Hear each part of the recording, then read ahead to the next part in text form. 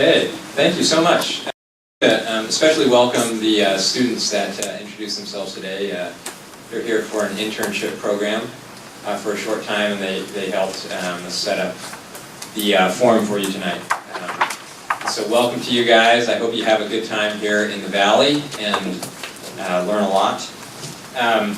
So what we'll do now, I'll briefly introduce our three panelists. I have to put a little asterisk here. So Ursula Osterle, who is supposed to be on the panel today, who's a co-founder at the Mixing Bowl, she unfortunately had a pretty extreme family emergency. So she's actually had to jump on a plane to Switzerland. So our thoughts are with her and her family. But so I'm going to pinch hit for her a little bit. But basically what we're going to do, like I said before, we have three just tremendous founder CEOs with us tonight. And we're going to follow these guys kind of down the value chain. So we're going to start with Christine Sue. She's with Summer Technologies. She's kind of on the upstream production side. And then we're going to come over here to Alvaro Ramirez, who's founder and CEO of eHarvest Hub. And that'll be looking at kind of logistics, traceability, distribution side. And then we'll go to Justin, who's founder and CEO of Hummingbird. And that will be looking at kind of the waste side of things. But just to set the scene, it sounds like we do have a few people in the room who are kind of have a vested interest in the ag or food space. But just kind of set the scene, and living here in California, we're all kind of acutely aware of some of the resource drivers that are making our food production system such an important issue of today. California, we can't stop hearing about the drought. It's pretty severe. So I don't want to sound like a Wikipedia page, but I'm going to play Wikipedia for a few seconds for you and just kind of help you set the scene mentally here. So water generally, the fresh water that we have access to, about 70-80%, about 80% in the case here in California is used for agricultural production. And here in California, about 20% of all of our electricity is used to move water.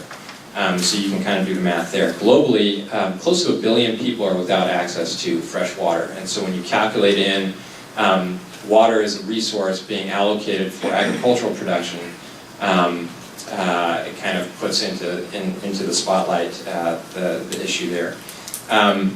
Another issue is the aging ag labor force. This is actually a pretty big issue. Even here in California, we see a lot of innovation around mechanization being derived or being driven by the fact that labor can't really move ergonomically to sustain some of the labor-intensive practices that are necessary for labor. So, for instance, here in the United States, 60% of the ag labor force is above the age of 55. And in Japan, it's 10 years older than that. 60% of the labor force is over the age of 65. So quite literally, our ag labor forces are dying. Which is why it's great to have these beautiful, shining, young faces on the panel with us today.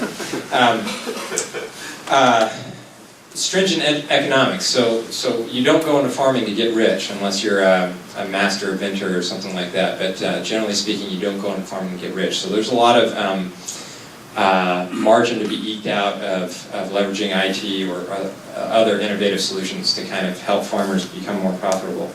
Environmental degradation, this is a huge one.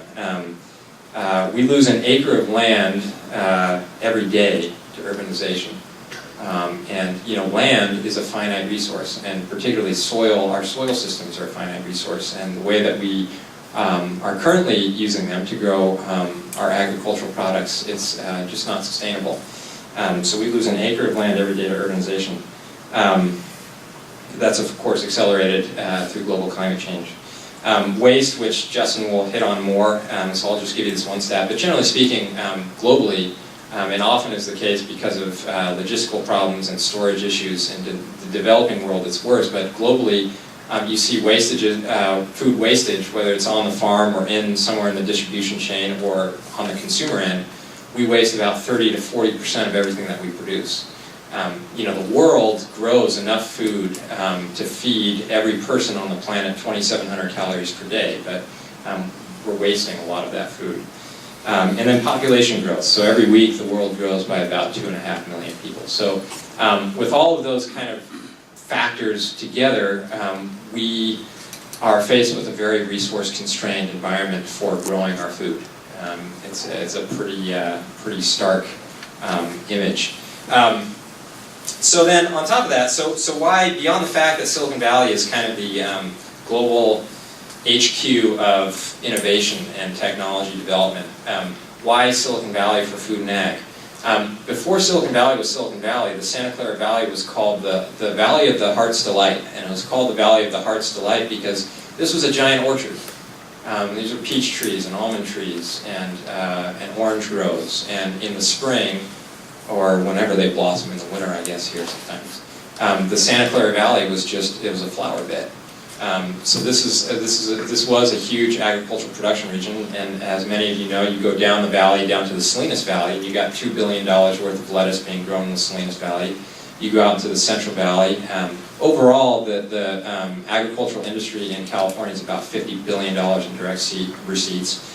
It's about $100 billion in total economic value, so it's nothing to sneeze at. It's not the tech industry, but it's quite large.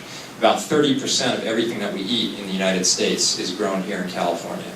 About 10% of all of Japan's ag import is from here in California. So it's a big deal. And then what's the connection to Japan? Well, you can go back 100 years, and many of the farms actually that were farmed here in the Santa Clara Valley, in the Central Valley, in the Salinas Valley, were Japanese farms. And a lot of the early agricultural innovation here in California was Japanese. A lot of the innovation in irrigation, trucking, refrigerated trucking, these all came from Japanese farmers who, ironically, by law, were not allowed to own the land, but they leased the land. And so if you were here in Santa Clara County, particularly in San Jose, back before World War II, you would have seen canneries. There was about 20 of them. You would have seen packaging houses. You would have seen distribution centers. You would have seen, produce trading firms. That was the primary industry here in this area. And in California, it's still a huge industry. Myself, I'm half Japanese. I'm Japanese American. So my family, my great grandfather first immigrated to the United States to pick sugarcane in Hawaii, and then he moved to Berkeley and he opened a grocery store in Berkeley, and he bought directly from Japanese farmers here in California. And then the other side of the family, they grew up picking strawberries down in Orange County. My wife's family, also Japanese American, the Yoshida family, they put potted plants for the first time in grocery stores. They had a huge nursery down in Salinas.